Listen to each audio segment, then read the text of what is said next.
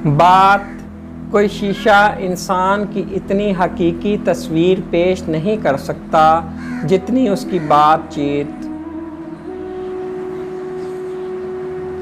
गुफ्तगू ख़त्म करने का वक्त वो होता है जब दूसरा कुछ कहे बगैर इस बात में सर हिला रहा हो।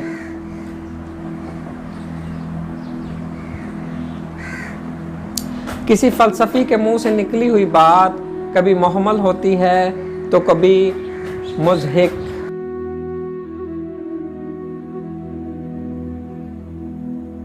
ज़ुहद वो है जो दुनिया से एहतराज रखे, अपनी किस्मत पर रज़ामंद रहे और मिक़दार अमल से ज़्यादा बात न कहे।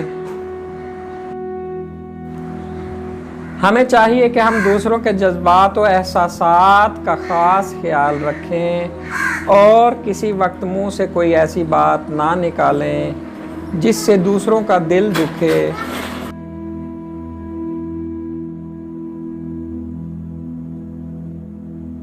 सच बात कहने की आदत डालो, चाहे वो कितनी ही कड़वी हो।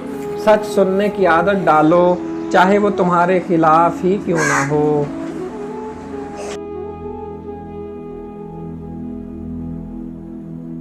ज़िंदगी में आगे बढ़ना है तो बहरे हो जाओ, क्योंकि बाज़ लोगों की बातें मायूसी में इजाफ़ा कर देती हैं।